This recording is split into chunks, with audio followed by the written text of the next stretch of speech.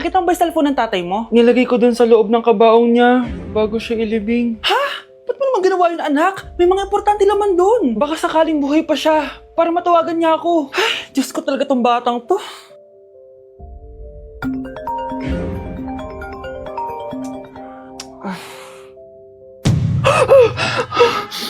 Matawag si tatay.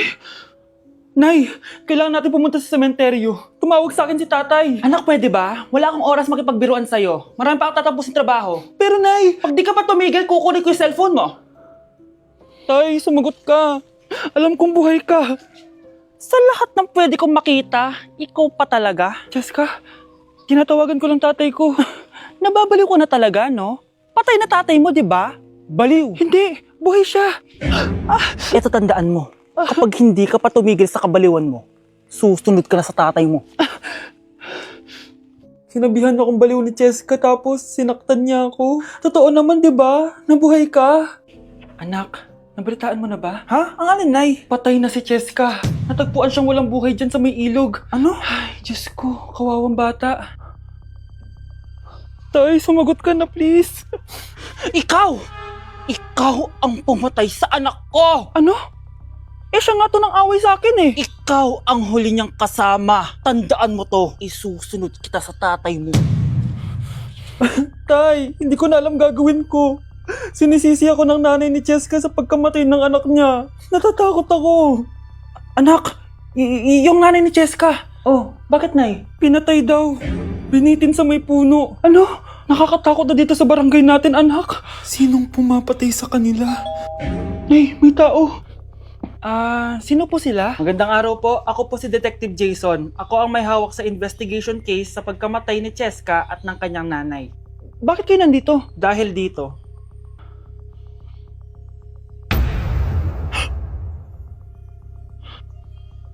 Nay, ikaw pumatay sa kanila? Oo, anak. Narinig ko lahat ng mga sumbong mo sa tatay mo. Cellphone ni tatay. Pinangako ko sa tatay mo bago siya mamatay na poprotektahan kita kahit makapatay man ako ng tao. Sumama ka sa akin, ma'am, para ma-interview ka namin. Tandaan mo to, anak. Kahit nasa kulungan ako, poprotektahan kita. Tumawag ka lang. Hindi mo talaga ako love. Hindi, ma-joke lang. Hindi mo talaga ako love. Patingin, Love mo ko, love mo ko. Yeah. Bakit di mo ko love?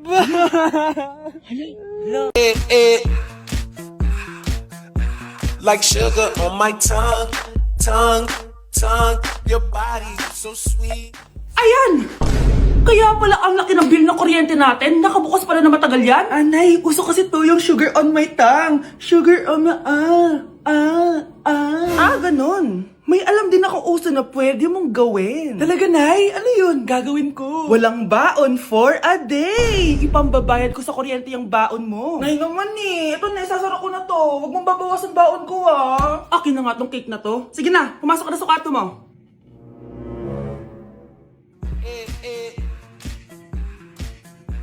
Like sugar on my tongue.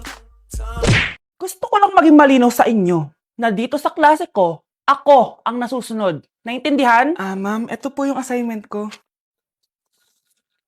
Anong klaseng assignment to? Parang ginawa lang ng bata. Mababa lang grades mo dito, ah. Pinaghirapan ko yung assignment na yun. Sino ang pambansang bayani natin? Ma'am, Scarlett. Ang pambansang bayani natin ay si... Oops! Napakabagal mo sumagot. Ang pambansang bayani natin. Straight to the point ang kailangan ko sagot. Ayusin yung sumagot, ha? Hindi na kayo elementary. Opo, ma'am. Pinayagan ba kita kumain sa loob ng klase ko? Ma'am. Akin na yan. Kung ayaw niyong binabastos kayo, wag niyo akong bastusin. Oo, be. Kain tayo sa labas mamaya, ha? Hala, galit na si ma'am. Umalis lang ako saglit, ganyan na kayo. First meeting pa lang natin, pinapakita nyo ng mga ugali nyo. Buti pa yung kabilang section, tahimik lang. Kayo na ata ang worst section na napuntahan ko. Kung kami ang worst section, ikaw ang worst teacher.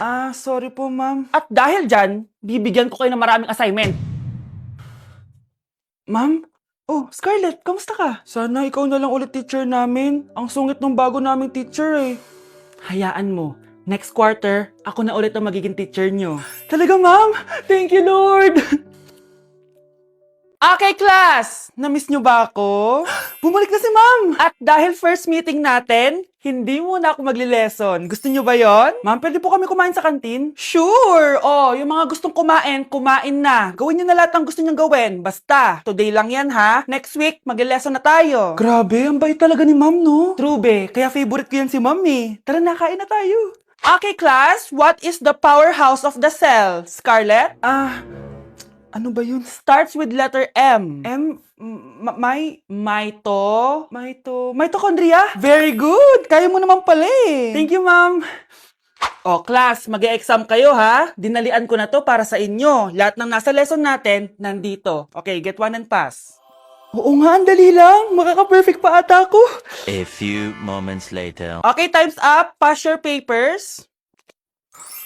Wow naman, lahat kayo nakakuha ng high scores. Magaling ka kasi magturo, ma'am.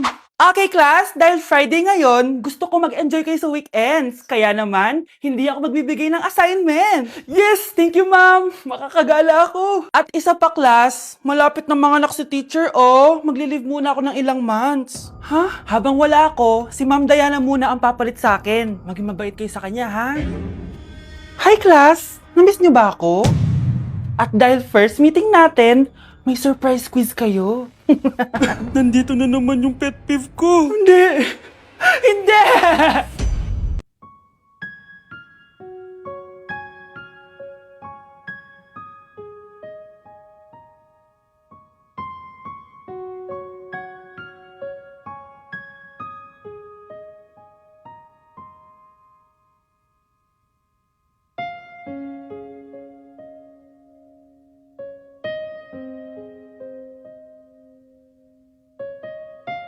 Anak, oh, manood ka na itong Cocomelon para malibang ka. Ah, sige po, Nay. Ang cute nila. Quack, quack, but only 4 little ducks came back. Cocomelon ba yun? No, bawal yan, bawal yan. Ang dede ay pribado, bawal ipakita to. Hindi Anak, ano yung pinapanood mo, ha? Ah, Nay, eto na yung bagong Cocomelon. Ay, iba na pala yung Cocomelon ngayon. ang kwet ay pribado, bawal ipakita to. In fairness, educational siya, ha? Ang pepe ay pribado, bawal ipakita to. Hindi dapat. Ladies and gentlemen, mga ikasiko kabukanan, let us all count down Sana maganda. and lift our eyes. 3, 2, and 1! Ayan, this signals that the spirit of the season has a... Magkano budget dyan? 500 pesos? Love mo ko, di ba? Bakit mo ko iiwan? Papuntahin ko si Nami kasi babes umiiyak ako. Ba't ko umiiyak? Bakit mo ko iiwan? Saglit lang. Love mo ko, di ba? Bakit mo ko iiwan? I think it's so easy to fall in love. Good morning, class! Bakit ang dami nakadikit sa wall? May ballpen, may walis. Ma'am, uso kasi to. Ididikit mo yung mga bagay gamit yung wall friction. Parang ganito. O, di ba, ma'am? Ano? Wall friction? Hoy! Baka mahulog ka dyan! Sus, kung mga bata to. Kung ano-ano kasi nakikita niyo sa TikTok na yan eh. Try ko naman tong calculator. Ang saya! Tingnan niyo, dami ng gasgas ng wall, oh. Tanggalin niyo na yan. Kung hindi, i-absent ko kayong lahat. Guys, si ma'am naman na idikit natin sa pader. Hoy! Mangulong niya kayo! Ma'am, huwag kang matakot, ma'am. A few moments later. Hoy! Ibaba niyo ako dito! Guys, dismiss na daw tayo, sabi ni ma'am. Uwian na! Hoy! Isusumbong ko kayo sa principal!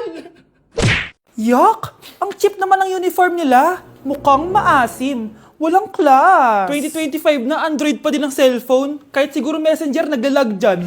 Ang ganda nga ng uniform, ang sasama naman ng ugali. Naka-iPhone ka nga, talo ka pa din naman sa ML. Ipabuhat yarn. Ang baho siguro ng classroom nila, no? Tapos nag-aagawan pa sa electric fan kasi wala naman silang aircon. Feel ko pinapalo sila ng teacher nila kapag nagkakamali sila. Ang boring siguro sa classroom nila. Mas masaya pa rin talaga sa public school, no? Balita ko, mga korap mga magulang niyan. Kaya madaming pera. May araw din kayo, men. Nakatikim na kaya sila ng steak? Feel ko hindi nila afford. Nakatikim na kayo ng pagmamahal sa magulang? Oh! Sa pool! How dare you! Isang Pitik ko lang, tumba ka na. Pipitik ka pa lang, tumba ka na. Tara na nga.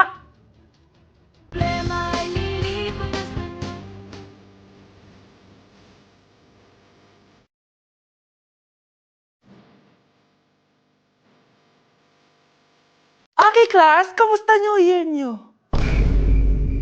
Aba, ba't wala pumasok? Oh, tama naman, January 5. Ma'am, present. Oh, Scarlett, pati ko lang pumasok, ha?